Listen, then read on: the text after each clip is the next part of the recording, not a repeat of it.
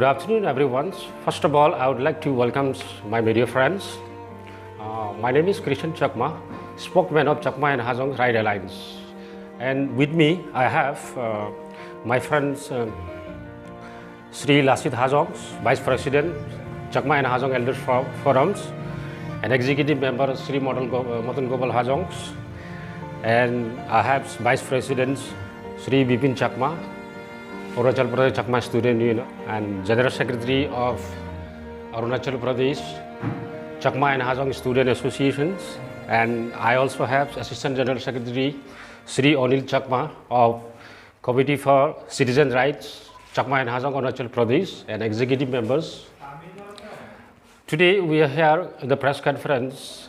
As you all know, recently the Arunachal Pradesh Student Union, all Arunachal Pradesh Student Unions, APSU, recently threatened to call band if it demands for cancellations of resident certificates issued to the Chakmas and Hajongs are not fulfilled, and filings of case against contractual staffs Mr. Robin Chakma and the Extra Assistant Commissioner of Dayun, the Deputy Commissioner of Changlangs, including under National Security Act. So in this regards, I on behalf of all the Chakma organizations would like to make it clear to the people of the Arunachal Pradesh in particular and the people of India in general. The first of all, the issuance of residence certificates to the Chakma and Hajongs is absolutely legal.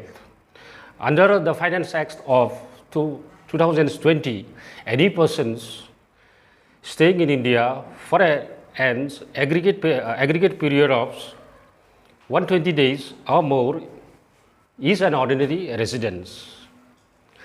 In fact, Form 6 of the Registration of Electors, Rule 1960, does not specify the time periods to be included as an ordinary residence and voter under the Representation Act, People Act of 1950. All persons in India are required to be issued proof of residence, and the same can be issued by any authority, whether Extra Assistant Commissioners, Member of Legislative Assembly, or local panchayats or municipal officers. Therefore, issuance of proof of residence certificates to the Chakmas and Hajong are not illegal. तो इस विषय में मैं कहना चाहूँगा कि जो residence certificate Chakma Hajong को इशू किया गया है वो एक एब्सोल्यूट वो है लीगल कानूनी तौर पर दिया गया है। इसमें कोई कंस्पायरेसी नहीं है, कोई इसमें गलत नहीं है। अगर कोई व्यक्ति 120 दिन कहीं जगह पे रहता है तो under the finance act of 2020 वो जो है ऑर्डिनरी रेसिडेंट जो है वो क्लेम कर सकता है। हर इंडियन को, हर नागरिक को ये अधिकार होता है कि आप जहाँ भी रहे वो आपको एक रेसिडेंट प्रूफ जो है ज़रूरी होता है। तो इसमें अगर हमारे दायून के ईएसी इसमें आरपीसी इशू किया है तो इसमें मुझे लगता है इसमें कोई गलत नहीं, क्योंकि दायून ईएसी जो आरपीसी इशू किया है वो अपने लीगल तरीके से किया है। इसके अंतर्गत जो है कोई एमएलए हो या कोई पंचायत लोकल बॉडी या म्यूनिसिपल कोई ऑफिसर्स हो जो है इसके तहत जो है वो लीगली जो है रेसिडेंट प्रूफ इशू कर सकता है। जो मिस्टर रोबिन चकमा ईएसी ऑफिस में फ़िलहाल जो है एक कॉन्ट्रैक्चुअल वर्कर की तरह काम कर रहे हैं, वो भी एक कानूनी तौर पर है, क्योंकि कोई भी नागरिक भारत के नागरिक किसी के ऑफिस में एज ए कॉन्ट्रैक्चुअल स्टाफ जो है काम कर सकता है।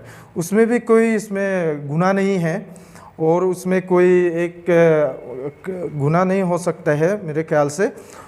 और मुझे लगता है कि रोबिन चकमा को क्यों इतना इसका अगेंस्ट में आप हमारे Arunachal all Arunachal student union AAPSU क्यों इस बार में ज़्यादा बड़ा चढ़ा के बोल रहे हैं। मुझे लगता है कि इसमें एक ही चीज़ हो सकता है, क्योंकि हमारा एथनिक जो है चकमा है बोल के, क्योंकि चकमा है बोल के जिसमें हमें पूरा काफ़ी डिस्क्रिमिनेशंस काफ़ी ऐसे ये कर रहा है। तो मुझे नहीं लगता है कि इस तरह का आपसू को करना चाहिए। जो भी लीगल फैक्ट है, जो हमारे कानूनी तौर पे, उसे भी सम्मान करना चाहिए। हमारे भारत के संविधान में जो है उसी के अनुसार हमें सभी को चलना चाहिए। तो मैं आपसू से यही गुजारिश करूँगा कि आपसे यही एक हमारा विनम्र गुजारिश रहेगा कि आप लोग कृपया करके इसको जो भी आपने अल्टीमेटम दिया इसको आप वापस लीजिए, लेके जो है इस मुद्दे को आप लोग अच्छे से डायलॉग अच्छे से बातचीत करके इसको सुलझा सकते हैं। हम लोग इस तरह का ट्रेनिंग दे के गवर्नमेंट को ये करके ये हमारा बैन कॉल दे के ये खुद का स्टेट का नुकसान है। इससे नहीं करके हम लोग राउंड टेबल डिस्कशन करके हम लोग इसको सुलझा सकते हैं। तो मैं आपसू से यही विनती करूंगा कि आप लोग भी आगे बढ़िए, हम लोग भी एक कदम आगे बढ़ते, आप लोग भी एक कदम आगे बढ़िए, तभी हम लोग इस मुद्दा को है सुलझा सकते हैं। जब तक हम लोग इस इशू को सॉल्व नहीं करेंगे, हमारा अरुणाचल स्टेट जो है एक डंपिंग एरिया डंपिंग स्टेट जैसा रह जाएगा, एक बहुत ही पीछे रह जाएगा। तो मैं ज़्यादा लंबा नहीं कह के मैं बार बार रिक्वेस्ट करूँगा कि AAPSU and the Arunachal state government को कि आप लोग मिलके इस और साथ में सकमा हाजंग जितना भी ऑर्गेनाइजेशन लेके साथ मिलके जो है एक अच्छा डिस्कशन करके इसको सॉल्यूशन में लाने की कोशिश करें। सबसे बेहतर यही मैं गुजारिश करूँगा। धन्यवाद। I myself, Sri Lasit Hajong, Vice President of CHEP, and also the social workers of Hajong communities.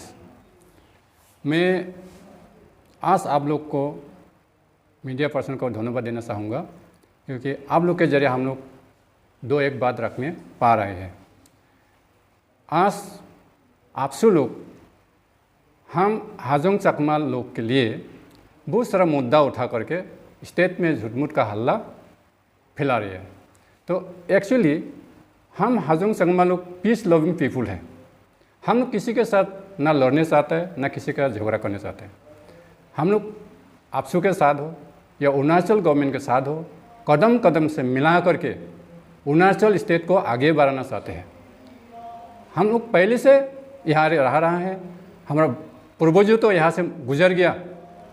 आज हम लोग उनका ग्रैंडसन लोग बचे हुए हैं।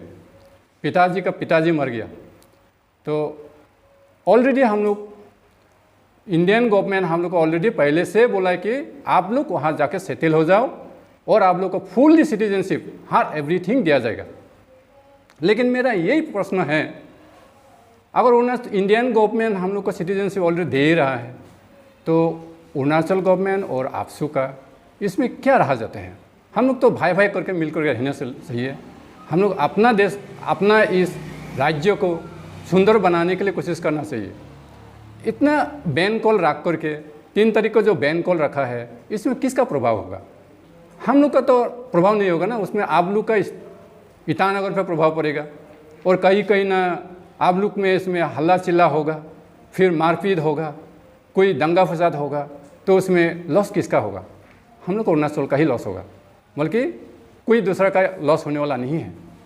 इसीलिए अपना जितना सकते हैं हाजोंग चकमा को टारगेट करके ये यहाँ से भगाएगा, यहाँ से कहीं बसाएगा, ये तो रॉन्ग है। हम हाजोंग चकमा लोग यहाँ में कभी यहाँ से वापस जाने के लिए नहीं आया और हम लोग हमेशा इस जगह को अच्छी तरह से सुंदर बना करके रखने के लिए कोशिश करते हैं। कभी हम लोग किसी के साथ ना झगड़ा ना कायजा करके रहना नहीं चाहते हैं। मैं और ज़्यादा नहीं बोलूँगा, इतना में मेरा धन्यवाद।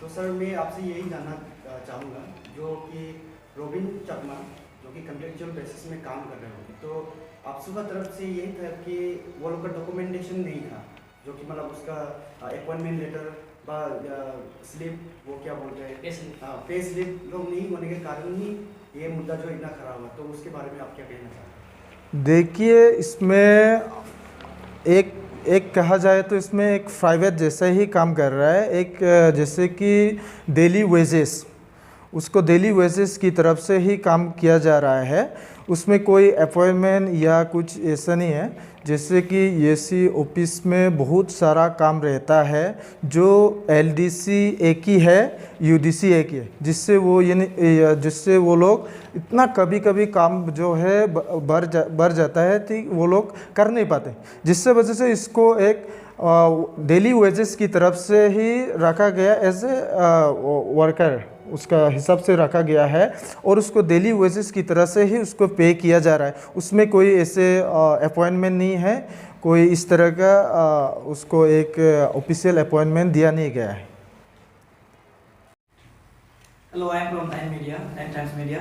सो मेरा सवाल ये है कि आप लोग को तकलीफ क्यों हो रहा है? क्योंकि आपसू का तो राइट्स है, वो लोग इंडिजिनियस पीपल का राइट्स के लिए वो लोग लड़ रहे हैं, तो इसमें तो मुझे लगता नहीं कि कोई दिक्कत होना चाहिए। वो लोग जो वन स्ट्राइक दे रहे हैं तो उनका राइट्स है, क्या कहना चाहेंगे आप इसके बारे में? देखिए, इस विषय में हम आपसू अगर डेवलपमेंटल वर्क करते हैं स्टेट के लिए, उसमें हमारा कोई इशू नहीं है। पर ये जो बात है, ये डायरेक्ट हमारे चकमा हाजों के ऊपर में है, और इशू जो मुद्दा जो है, ये आरपीसी का इशू है।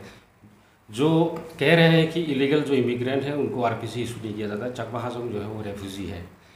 पर अगर देखा जाए तो किस हिसाब से चकमा हाजों अभी रिफ्यूजी है?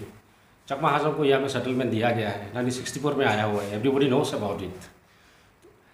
तो ये जो बात आपसू की तरफ से कहा जा रहा है, ये कम्प्लीटली इलीगल है, तो ये डायरेक्ट हम लोग को ही अफेक्ट कर रहा है। इसके कारण हमें तो उनको क्लैरिफाई करना है कि चकमा हाजों को क्यों आरपीसी इशू किया जा रहा है। हमारे जो 95% यहाँ पे है, 95% जो है हम लोग यहाँ में नेफा और अरुणाचल में ही जन्म लिया हुआ है। तो बाय बात ये अरुणाचल जो है अभी हमारे लिए भी मॉडल लैंड है। तो जिस तरह से हम लोगों ने कहा है फाइनल एक्ट के हिसाब से 2020 के हिसाब से, जो यहाँ पे 120 डेज स्टे करता है कोई भी एक जगह में, उसको रेसिडेंस सर्टिफिकेट इशू किया जा सकता है, वो एलिजिबल होता है। इसके कारण हमें इस पर ऑब्जेक्शन है। आपसू का ये कहना है, उन्होंने अपने प्रेस रिव्यू में ये कहा है कि जो आरसी दिया जा रहा है, ये आरसी के कारण चकमा हाजों के लिए एक बड़ा एविडेंस बनेगा फ्यूचर में, तो कहीं ना कहीं उनका जो इंडिजिनियस सेंटिमेंट्स है उसको भी हाथ होगा। तो ये इस विषय में आपका क्या कहना?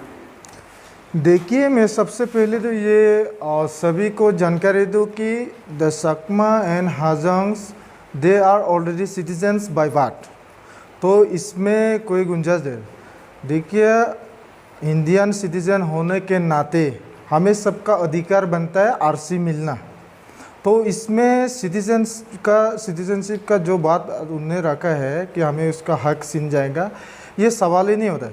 अभी फ़िलहाल जो हमें आरसी इशू किया जा रहा है, उससे भी कोई स्टेट का प्रभाव नहीं पड़ रहा है, और स्टेट से हमें कोई ना तो जॉब मिल रहा है, ना कोई एजुकेशन पर्पस में भी हमको स्टेट से बेनिफिट्स मिल रहा है। तो सर, हम ये जानना चाहेंगे कि अभी जो आपसू ने जो डिमांड रखा, वो अगर फुलफिल नहीं होता है, तो अगर गवर्नमेंट की तरफ से 31 तक अगर रिस्पॉन्स नहीं मिलता, तो वो लोग बंद कॉल शुरू करेगा 3 तारीख से। तो आप लोग का तरफ से क्या स्टेप रहेगा, नेक्स्ट स्टेप अगर बंद कॉल शुरू हो जाता है? देखिए, सबसे पहले तो मैं बता दूं कि जो आपसू ने डिमांड रखा है वो टोटली एक इलॉजिकल है, कोई इसमें लॉजिक्स नहीं है। तो और जो बनकल रखा है 3 अगस्त को, उसमें जितना भी हमारे चकमा इनहेबिटेड एरियाज है उसमें कोई इफेक्ट होने वाला नहीं है। तो जो भी हमारा नेक्स्ट स्टेप होगा, हम लोग कानूनी तौर पर होगा, जो भारत के संविधान के दायरे में ही हम लोग करेंगे। और इस विषय में हमारे जितना भी कोर मेंबर्स है, कोर ग्रुप है, हमारे एडवाइज़र्स है, लीगल्स टीम है, उनसे डिस्कस सलाह करके हम लोग आगे की जो भी एक्शन होगा हम लोग आगे बढ़ेंगे। तो सर, हम ये मान सकते हैं कि मतलब आप लोग कुछ ना कुछ स्टेप जरूर लेंगे? हाँ, अभी फ़िलहाल तो हम लोग आपको कह नहीं सकते हैं। हमारे जो भी एडवाइज़र होंगे, हमारे कोर ग्रुप के मेंबर्स होंगे, जितना भी स्टेक होल्डर होंगे, उनके साथ डिस्कस करके हम लोग ज़रूर कुछ ना कुछ हम सोचेंगे क्या होता है। वो भी बिल्कुल कानूनी के तौर पे होंगे।